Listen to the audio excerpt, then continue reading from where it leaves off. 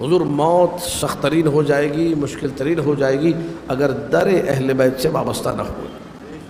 در اہل بیت سے وابستہ ہو گئے، مشکلات کیا ہو جائیں گی؟ آسان ہو جائیں گی۔ آل محمد کے ساتھ مذاق نہیں چلتا ہے۔ آل محمد کے ادب میں ہلکی سی کمی انسان کو دفنا دینے کے لیے کافی ہے، انسان کو تباہ و برباد کر دینے کے لیے کافی ہے۔ خدا را اپنی زندگی میں آل محمد کے ادب کو بڑھائیے، آل محمد کے سامنے اپنا سر جھکا دیجیے۔ آل محمد کی بارگاہ میں چون چرا کرنے کی ضرورت، اور جیسا کہہ دیا ویسا مانو خلاص۔ یہ خیبر سے واپسی کا واقعہ ہے، جنگ خیبر سے، کہ ایک یہودی عورت نے رسول کی مہمان نوازی کی اور کہا کہ میں، رسول کو دستی کا گوشت پسند تھا، جو دمبا ہوتا ہے یا بکرا ہوتا ہے اس کے آگے کے جو ہاتھ جو ہوتے ہیں اس کو دستی کہا جاتا ہے، آگے کے جو دو پیر ہوتے ہیں، رسول حدیث میں موجود ہے کہ مجھے رسول نے فرمایا دستی کا گوشت مرغوب ہے، پسند ہے۔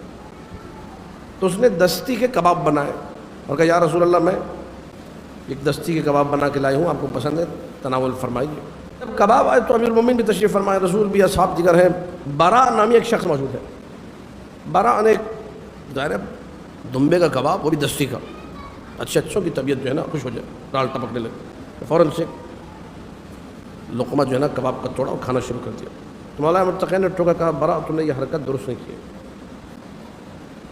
توجہ چاروں میں آخری جملے، مجلس ختم ہو رہی ہے، میں نے کہا احترام پہ توجہ دیجیے، احترام معصومین پہ۔ برا تمہاری یہ حرکت درست نہیں ہے، رسول بیٹھے ہوئے اور تم شروع ہو گئے، بڑوں کا بھی ادب ہوتا ہے، کوئی احترام ہوتا ہے۔ برا نے کہا ماں اب خلق رسول اللہ، آپ رسول اللہ کے چکر میں کیوں کنجوس بن رہے ہیں؟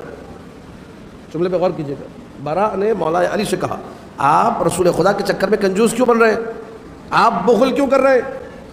تو میرے مولا نے کہا برا بخل کی بات نہیں ہے، رسول سے آگے چلنا میں پسند نہیں کرتا، رسول اگر دسترخوان پہ ہو تو ان سے پہلے ہاتھ بڑھا کے کچھ لینا میں پسند نہیں کرتا۔ اور پھر یہ کہ ہم ایک یہودی کے دسترخوان پہ اگر رسول بسم اللہ کر دیتے کھا لیتے تو رسول کی ذمہ داری تھی، ہمیں نہیں معلوم کیا کھلا رہا ہے ہمیں یہ۔ توجہ چاروں بڑی توجہ۔ برا نے کہا رہنے دیجیے، آپ بھی اب خواہ مخواہ بس ہر مقام پر رکنا ٹکنا اچھا نہیں ہوتا، اور کنجوسی اور کی باتیں میں مومن سے کی۔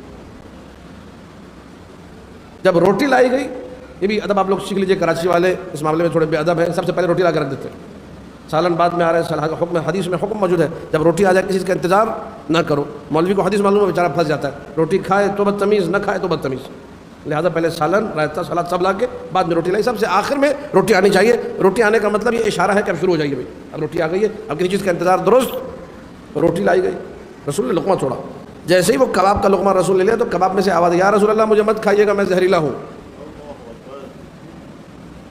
یا رسول اللہ مجھے مت کھائیے گا میں۔ توجہ چاروں، بات مکمل ہو گئی ہے۔ اللہ اکبر، واقعاً اللہ اکبر۔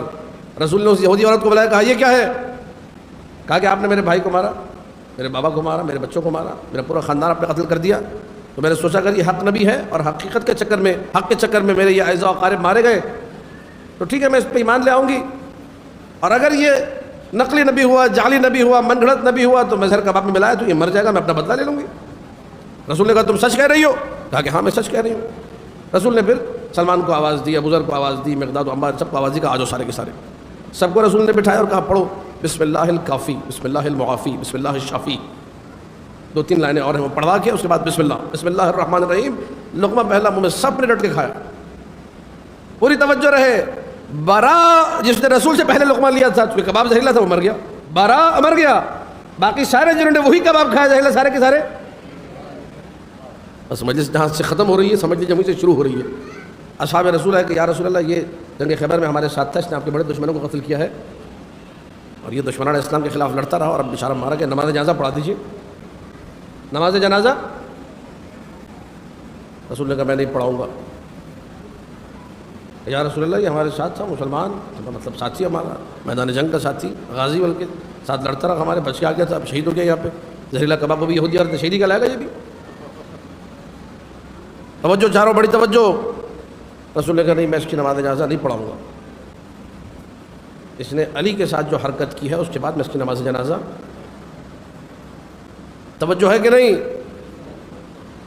یا رسول اللہ اس نے مذاق میں مولا علی سے کچھ کہا تھا، کہا مذاق میں کہا تھا اس لیے نماز جنازہ نہیں پڑھا رہا، اگر اس نے سیریس کہا ہوتا تو اس کے سارے اعمال ہبط ہو جاتے، اگر سنجیدہ کہا ہوتا تو اس کے سارے اعمال مذاق میں کہا تھا اس لیے نماز زیادہ نہیں پڑھا رہا. سمجھیے گا خدا رہا. روایت کا حوالہ تفسیر اس کی نسبت میرے 11ویں مولا کی طرف ہے. عربی زبان میں چھپی بھی موجود ہے, میرے پاس گھر میں موجود ہے, حیدرآباد کی چھپی ہوئی. اس نے سنجیدہ کہا ہوتا سارے اعمال یہ ہے ولایت سے علی, اگر اس کو نہ ماننا تو سارے اعمال حبط ہو جائیں گے. یا رسول اللہ نماز جنازہ آپ نہیں پڑھیں گے, اب کیا کریں اس کا؟ اب میں کچھ نہیں کروں گا, علی ہی اس کا معاملہ صحیح کریں گے. امیر کائنات کو بلایا گیا, امیر کائنات نے جنازے پہ کھڑو کے ایک جملہ کہا, اصلحک اللہ, اے برا اصلحک اللہ یا برا, اے برا اللہ تمہارے معاملہ ٹھیک کرے. کنت رجلا صواما وقواما, تم نمازی بھی تھے, روزہ دار بھی تھے. دو جملے مولا نے کہے, اصحاب نے خوش ہو کے بتایا, یا رسول اللہ, علی علیہ السلام نے تائید کر دی اور کہا کہ تم اللہ تمہارے معاملات بہتر بنائے, تم نمازی بھی تھے, تم روزہ دار بھی تھے, آ جائیے نماز پڑھانے. سمجھیے گا ان جملوں کو خدا رہا, یہ کوئی نہیں پڑھتا, آ جائیے نماز پڑھانے. رسول اللہ کا جب علی نے دعا دے دی, میری نماز جنازہ کی ضرورت ہی نہیں ہے. علی نے دعا دے دی, اب میری نماز جنازہ کی بھی ضرورت. تبرکن و تیمنن رسول نے جنازہ پڑھایا. آخری جملہ, علی کی دعا لیجئے, بیڑا پار ہے. حضور کیا کرے کہ میرے لیے اور آپ کے لیے مولا کائنات دعا کرے؟ نسخہ کیا ہے؟ کارگر ترین نسخہ کہ مجھ جیسے گنہگار, مجھ جیسے خطاکار کے لیے علی بن ابی طالب آ کر دعا کرے. نسخہ کامل و زیارات میں دیا ہوا ہے. روایت صحیحہ ہے, معتبرہ ہے, جس میں میرے مولا نے فرمایا کہ اگر کوئی حسین ابن علی کے لیے روتا ہے تو علی ہاتھ اٹھا کر دعا کرتے ہیں.